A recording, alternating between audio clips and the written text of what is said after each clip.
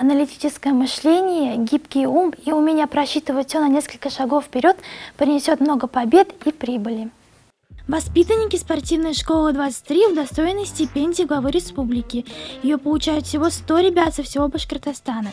Те, которые достигли лучших результатов в учебе, творчестве и спорте. Руфина и Аделя – кандидаты в мастера спорта по шашкам. Лучшие в своем деле.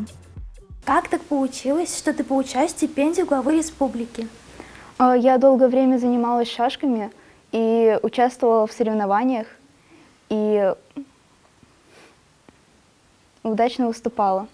Сколько нужно получить побед, чтобы удостоиться такого почетного звания? Я занимаюсь шашками уже 6 лет, и за эти годы у меня было очень много престижных наград.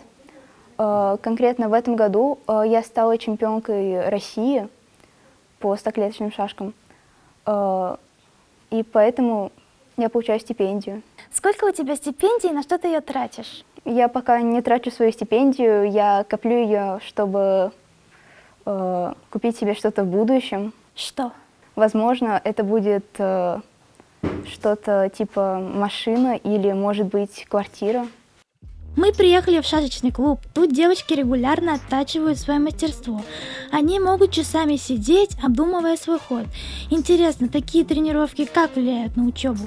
Ведь шашки – это интеллектуальный спорт.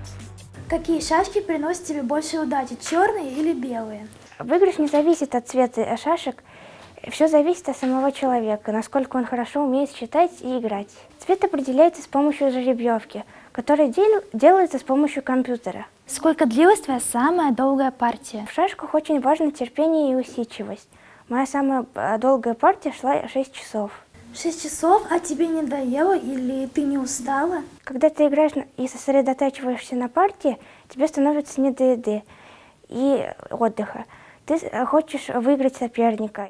Руфина и Аделя не только разыгрывают партии между собой, но еще занимаются по специальному шашечному учебнику и решают логические задачи. В учебнике подробно разобраны ходы и стратегии великих гроссмейстеров, а задачи нацелены на пространственное мышление. Шашисты должны представлять в голове игровое поле и все возможные ходы.